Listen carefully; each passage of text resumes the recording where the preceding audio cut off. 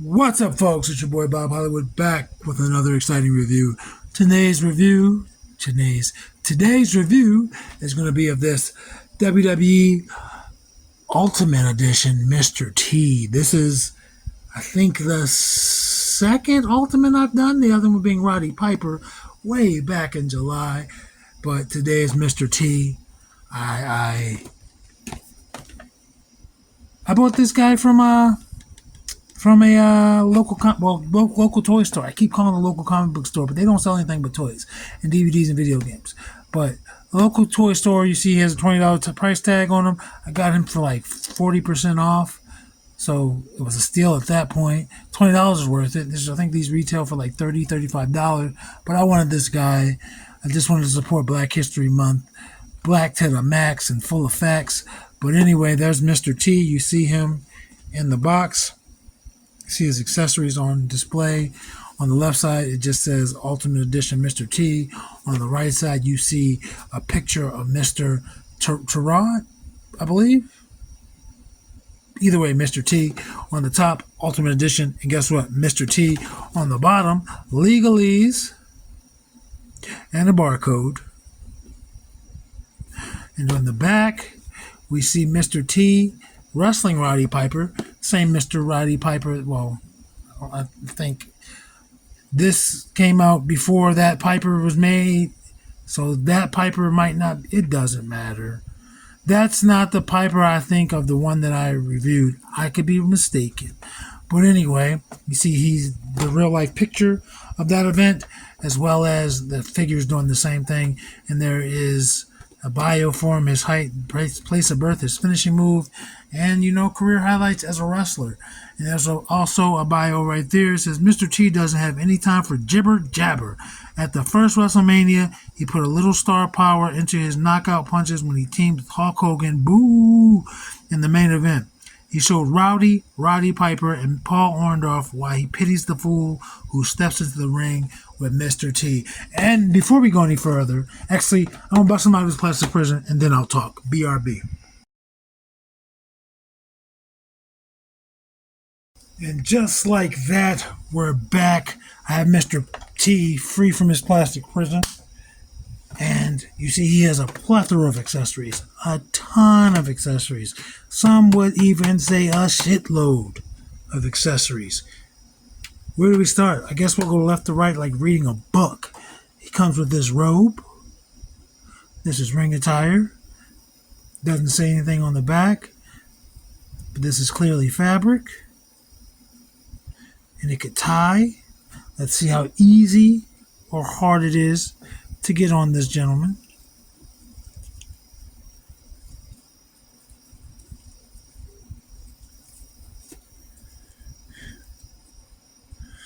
I'm not going to tie it, of course. Hood comes on. No problem getting it on him. Soft goods can be a bee sometimes, but it's not. And it's just a solid red. A little bit different from his pants, but on camera they translate better. But in person it's a little bit different. But this is also fabric, and this is paint or mold, so that he gets a pass for that.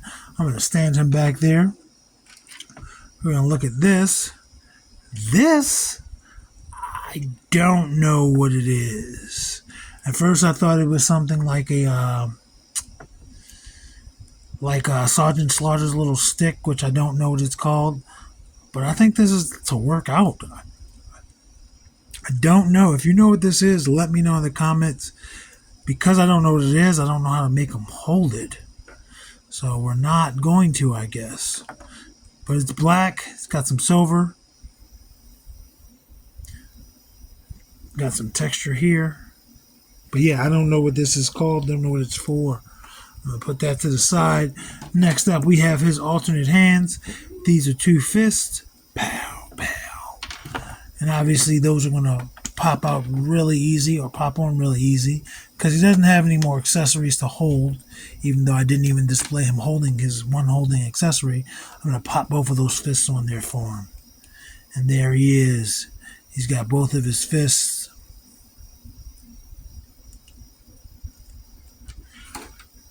Next accessory is going to be all the gold in the world. So this is what he would wear if he were coming out to the ring or if he was just doing a promotional event back in the day. A ton of gold. You just pop his head off and boom. You get it on there. Now the thing about that, we mentioned this, he also has a cross around his neck that can easily come off. So that could just be another piece of another accessory. So you can go either way, subtle or overstated. I have his head off. Let's look at that face sculpt real quick. He's angry. It looks like he's looking up and to the side. They could have painted that a little bit better. They could have painted that a little straighter on. But it is what it is. It does look like Mr. T and Dr. Umar. If you know, you know. Something, something, snow bunnies. But the reason why I kept that head off is because he has this alternate head sculpt where he's gone from looking pissed off to absolutely wanting to rip a person apart. And this, I got a little bit of a blemish up there on his forehead, but he still looks good. And that should pop right on. A little bit tighter than the other head was. So that's good.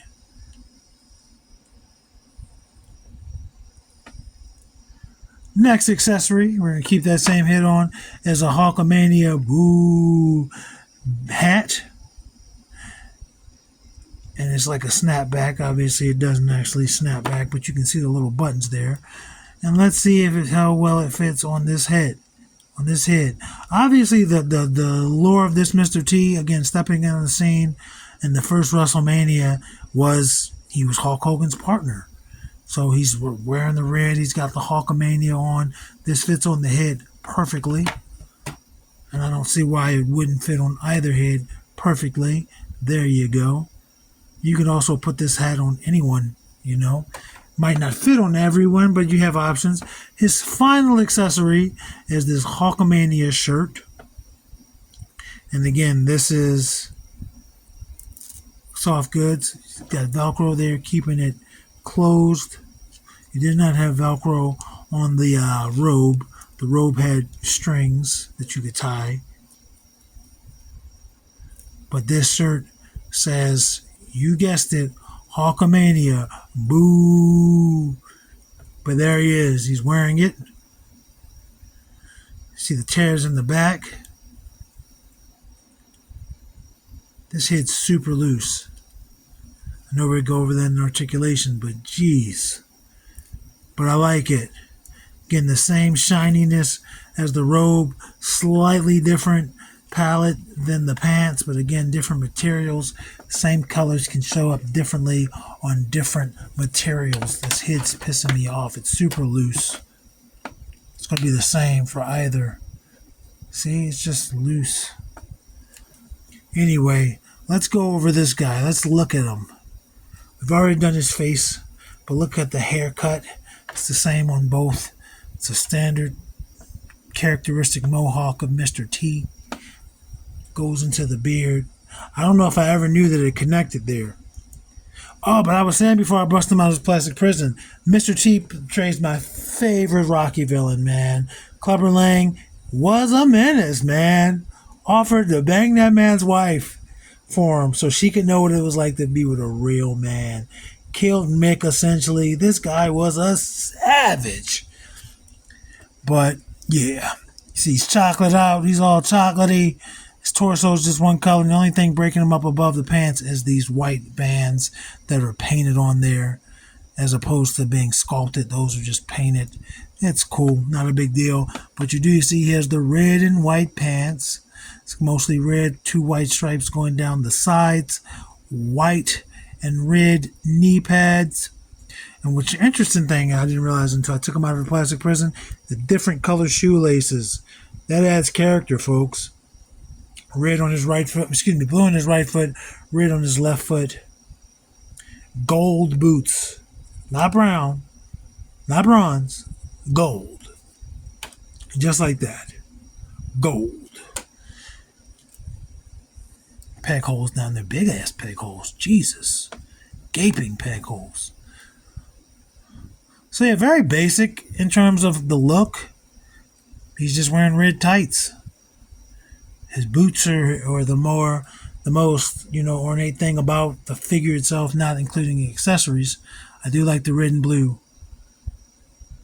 Let's go over his articulation. His head, which is very loose, even when I push it down. Actually, let me try pulling. No, it's just a loose head, man. As you see, it's on that double ball peg. It rotates, so there's no hinge. But it does go down that much, goes up that much, gives you side to side. It's going to rotate 360. His arms, T-pose, check it out. Mr. T with the T-pose. Very T, like complete T.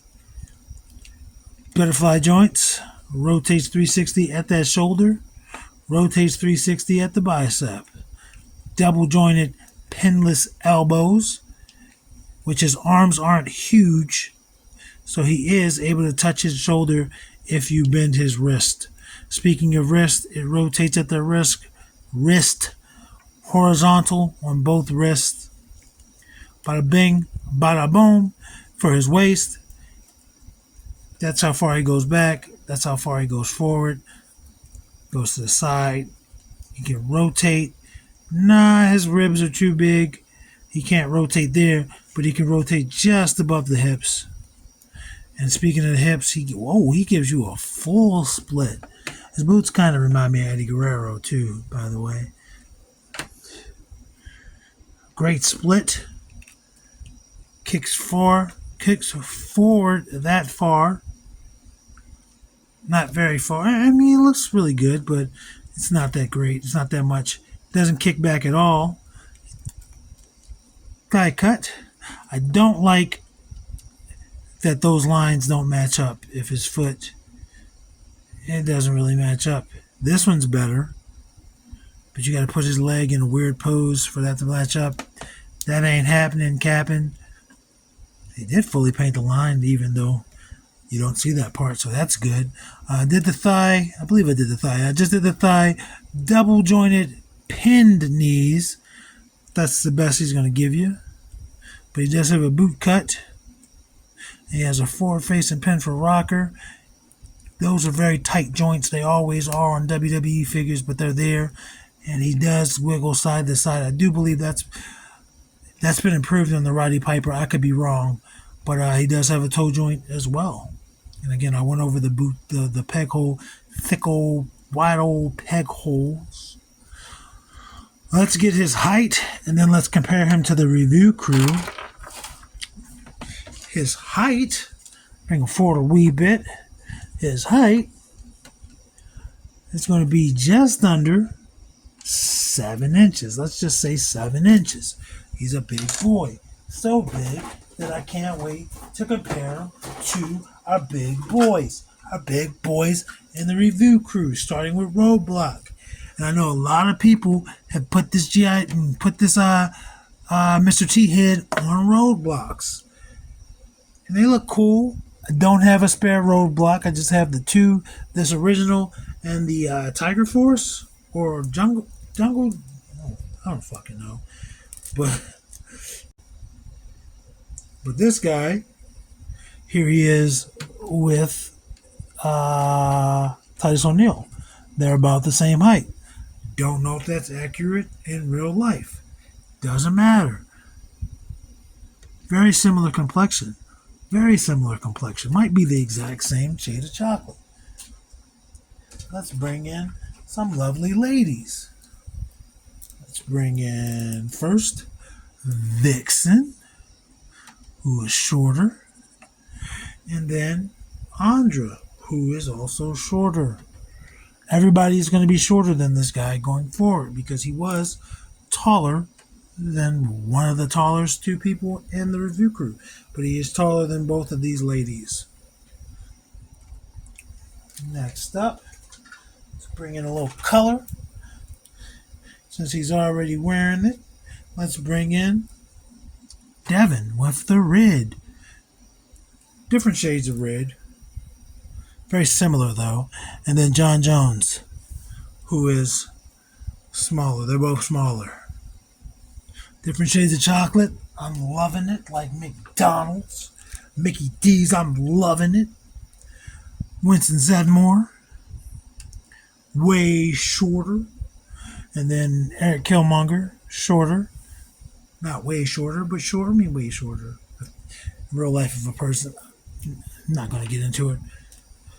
And for our final review crew members, we have Lando Calrissian and Lucio Calrissian. No, I just felt like saying that. And I know Lucio isn't standing up straight, but come on now. Come on now. As Boosie would say, he ain't even coming to the man's shoulder. Come on now. Anyway, that's it. That's the review crew. He's taller than all but one. And they're about the exact same height. And that's hoorah, hoorah, hoorah, the Gator, Titus O'Neil. You might be slightly taller. It don't matter. Action figures speak louder than words.